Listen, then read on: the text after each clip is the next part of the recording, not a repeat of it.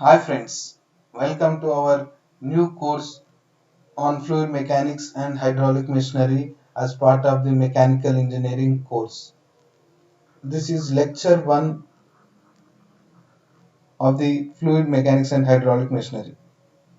Today we are going to learn about some basic definitions and concepts of fluid mechanics and hydraulic machinery, and this lectures will be continue till the fluid mechanics and hydraulic machinery syllabus will be completed. And similarly we'll do all the subjects of mechanical engineering course along with our general studies and current affairs lectures. So today we'll start our first topic, basic concepts of fluid mechanics and hydraulic machinery. First, when we are going to start about fluid mechanics and hydraulic machinery, we need to know about the basic terms. Here, first, it is fluid. A fluid is a substance which is capable of flowing or moving under the action of shear force, however the smaller force may be. When you compare this to a solid, then you need to have a huge shear force to move that, but the fluid is in a different where you need a slight force also, small force also enough to move the fluid. The fluids examples of fluids are liquids, gases and vapors. So in case of solids, if the shear force is within the elastic limit and after the removal of this force, solid tries to come back to its original position in case of solids.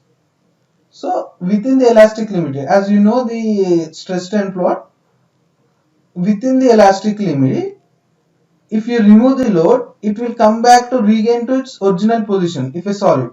But after the elastic limit, it will not come. It will take some offset position if it is in case of solids. Whereas in case of fluids, after the removal of force, it never regains its original position. Fluid is not like that. Suppose there is a fluid, if you applied a shear force, it will not come back to its original position. It takes a forward path. So there is a huge difference between fluid and solids. Note you need to know. In case of static fluid, always shear force is zero because there is no movement. So there is shear force is zero. Shear force is zero for a static fluid. Static fluid means there will be a container the water. There is no movement of the water. And in case of fluids, as long as the shear force is there, the fluid deforms continuously. And hence in case of fluid deformation rate is important than deformation. So there is no limit. If you means there is a water, a fluid, as long as the shear force is there, the fluid deforms continuously. So we need there is need to know about deformation rate d theta by dt, not d theta. Means not only deformation rate also we should give importance, because what is a deformation with a certain period of time, we need to be keep interest on that. Okay, next, coming to fluid properties. Any measurable characteristic is a property. So sometimes you will be confused at what are and characteristics and what is a property. Okay, here the properties means you can see specific density, specific weight, viscosity. These are all the measurable properties, measurable things. So these are called properties. But taste, smell, these are not measurable. You say that any means apple is so say tasty, but you can't measure how much it is taste. So these are called as characteristics of the product. So first we need to know about density. Densities are also called as mass density, generally notated by rho. So it is defined as the ratio of mass of the fluid to its volume. Its unit is kg per meter cube. So here density, density is equal to mass by volume. Okay, so mass units what it is, kg, and density volume units is meter cube. So mass density units is kg per meter cube, and its dimensional formula is ml power minus 3, because kg m and m cube is length, l minus cube. The density of water density is 1000 per kg per meter cube. This generally you should remember, because sometimes in some problematic questions they may not give your the density of the water, so you should just remember it is as simple as that. Okay, density depends on temperature and pressure. Okay, if temperature increases, density decreases. If pressure increases, density is increases. Means if you increase the temperature, that means the suppose you can say the fluid example you take, what you can take, means you take any liquid. If you heat up, the density will be decreased. As you increase the temperature, the density will be decreased. But if you increase the pressure, the density will also increase, because here the volume you are going to increase. So sorry, volume you are going to decrease. So density is inversely proportional to density. So as volume you are increasing, by increasing the pressure, density will also increase. So this is the relation between the density depends upon temperature and pressure. Okay. Next property is specific weight or weight density. It is defined as the ratio of weight of the fluid to its volume. Its unit is Newton per meter cube. It is mass density is kg per meter cube, and weight density is Newton per meter cube. Okay. Next, its dimensional formula is ml power minus 2 t power minus 2. Weight density is ratio of weight per volume. Okay.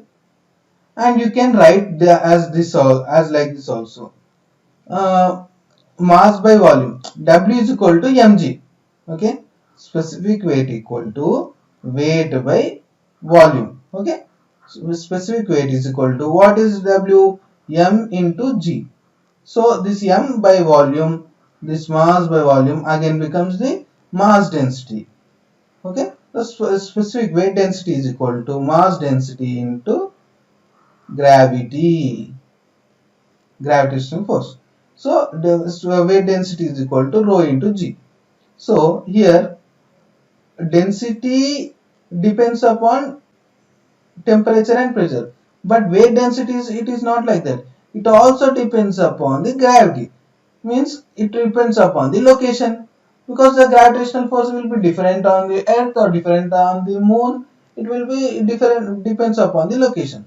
So mass density depends upon temperature and pressure itself, but weight density depends upon these two along with gravity. And weight density of water, the mass density is 1000 kg per meter cube. To know the weight density, just you multiply the density of water into gravitational force on the earth, 9.81. So weight density of the water is 9810 Newton per meter cube. Okay, specific weight is not an absolute quantity, because it varies from location to location, whereas density is an absolute quantity. Specific density has a parameter of g, so it is not an absolute quantity, it depends upon the location. But mass density doesn't have a parameter of a g, so it is depends upon, it doesn't depends upon the location. Next, specific gravity, it is the ratio of density of fluid to the density of standard fluid. Suppose if you want to the know specific gravity of any fluid, so you should divide by density of that fluid to density of some standard fluid. So suppose if you want the density of water, specific gravity of water, what is the density of water? 1000 kg per meter cube. Sorry, 1000 kg per meter cube. And what is the density of the standard fluid? The standard fluid I am considering as water itself, 1000. So specific gravity of water is 1. Okay. Next, in case of liquids, the standard fluid is water. The standard fluid generally considered is water at 4 degrees, because at 4 degrees water has maximum density. At 4 degrees water has maximum density. In case of gases, the standard fluid is either hydrogen or air at a given pressure and temperature. Okay, it is dimensionless because density by density, there is no units, dimensionless. The specific gravity of water is 1. Next, we are going to know about the compressibility. What is compressibility? It is defined as the reciprocal of bulk modulus. Okay. What is bulk modulus? It is ratio of direct stress by change in volumetric strain. Change in volumetric strain. Okay. So this change in volumetric strain is also called as dilation. Okay.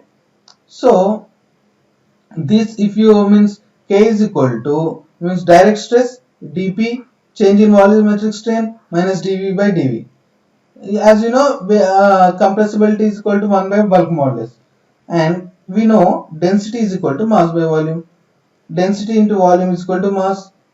So rho v is equal to constant. Mass of the anything is will be constant. So if you differentiate that, rho dV plus v dou rho is equal to 0, and we can get minus dV by dV is equal to d rho by rho. So here here dP by minus dV by dV. K is equal to dP by minus dV by dV. dV by v. Okay. So here we can replace K equal to dP by d rho by rho. Okay, minus dV by with d rho by rho. So compressibility is equal to rho dP by d rho. Sorry, bulk modulus equal to, what is compressibility? D rho by rho dpp. This is the final derivation. Compressibility is d rho by rho dp. Okay.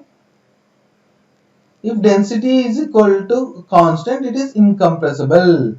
So density is constant. You are unable to increase or decrease. It is constant value. So it is incompressible. A fluid is said to be incompressible if its density remains constant with respect to pressure. Liquids are generally incompressible and gases are compressible. Gases are compressible, liquids are incompressible. A fluid flow is said to be incompressible if the Mach number is less than 0.3. Generally, we say if Mach number is less than 0.3, that fluid is said to be the incompressible fluid. Incompressible means density will be constant. Generally, it will be for liquids. This is some basic concepts of fluid mechanics and hydraulic machinery. We will go further in our next lectures of mechanical engineering course subject fluid mechanics and hydraulic machinery. Thanks for watching. We will meet in our next lecture. Please comment, subscribe and share to your friends. And you can give me some suggestions at academy.kdg@gmail.com.